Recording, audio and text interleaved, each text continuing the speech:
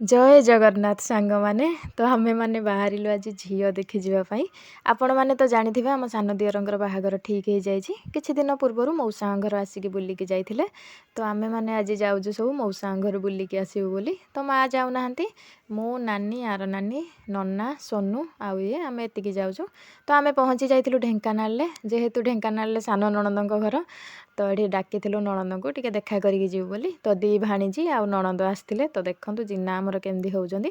ତ ନଣନ୍ଦଙ୍କ ସହିତ କିଛି ସମୟ କଥାବାର୍ତ୍ତା ହେଇକି ଆମେ ପଳେଇ ଆସିଥିଲୁ। ତ ଆମେ ଏଠି ପହଞ୍ଚି ଯାଇଥିଲୁ ମଉସାଙ୍କ ଘରେ।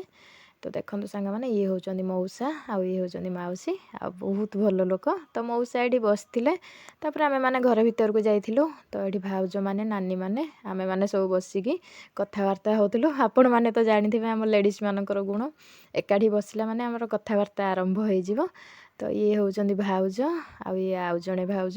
ତାପରେ ଖାଇବା ଟାଇମ୍ ହେଇଯାଇଥିଲା, ତ ଆମେମାନେ ପଳେଇଥିଲୁ ଖାଇବୁ ବୋଲି। ତ ଦେଖନ୍ତୁ ସାଙ୍ଗମାନେ, ନାନୀ ଆଉ ଭାଉଜମାନେ ମିଶିକି କେତେ ସାରା ଆଇଟମ୍ ବନେଇଛନ୍ତି। ସବୁ ଆଇଟମ୍ ବହୁତ ଟେଷ୍ଟି ହେଇଥିଲା। ତ ଆମେ ସମସ୍ତେ ବସିକି ଏଠି ଖାଇଥିଲୁ। ଖାଇସାରିବା ପରେ ପଳେଇ ଆସିଥିଲୁ ଛାତ ଉପରକୁ ଫଟୋ ଉଠେଇବୁ ବୋଲି। ତ ଇଏ ହେଉଛି ଆମର ସାନ ଯାଆ ହବ। ତ ୟାକୁ ଦେଖିବା ପାଇଁ ଆମେ ଆସିଛୁ। ତ ଇଏ ହେଉଛନ୍ତି ଭାଇନା। ତ ଏଠି ଏମାନେ ଟିକେ ବାହାଘର ବିଷୟରେ ସମସ୍ତେ କଥାବାର୍ତ୍ତା ହେଉଥିଲେ। ଏ ପାଖରେ ଆମେ ଘର ଭିତରେ ବସିକି କଥାବାର୍ତ୍ତା ହେଉଥିଲୁ। ତ କଥାବାର୍ତ୍ତା ସରିବା ପରେ ଆମେ ବାହାରିଥିଲୁ ଆସିବୁ ବୋଲି। ତ ସାଙ୍ଗମାନେ, ମୋ ଜୀବନରେ ମୁଁ ଫାର୍ଷ୍ଟ ଟାଇମ୍ ଯାଇଥିଲି ଝିଅ ଦେଖିବା ପାଇଁ। ତ ସମସ୍ତେ ବହୁତ ଭଲ, ସମସ୍ତଙ୍କ ସହିତ ମିଶିକି ବହୁତ ଭଲ ଲାଗିଲା। ତ ସମସ୍ତଙ୍କୁ ବିଦାୟ ଦେଇ ଆମେ ଆସିଥିଲୁ। ଆପଣମାନଙ୍କୁ ଭିଡ଼ିଓଟି ଭଲ ଲାଗିଲେ ଲାଇକ୍, ସେୟାର, ସବସ୍କ୍ରାଇବ୍ କରିବାକୁ ଜମାରୁ ଭୁଲିବେନି। ତାପରେ ଆମେ ଆସି ପହଞ୍ଚି ଯାଇଥିଲୁ କାଳିଆ ଭାଇଙ୍କ ଚା ଦୋକାନରେ। ଆମ ଗାଡ଼ି ରହିଥିଲା। ତ ଏଠି ସ୍ପେଶିଆଲ୍ ଚା ମଗା ହେଇଥିଲା।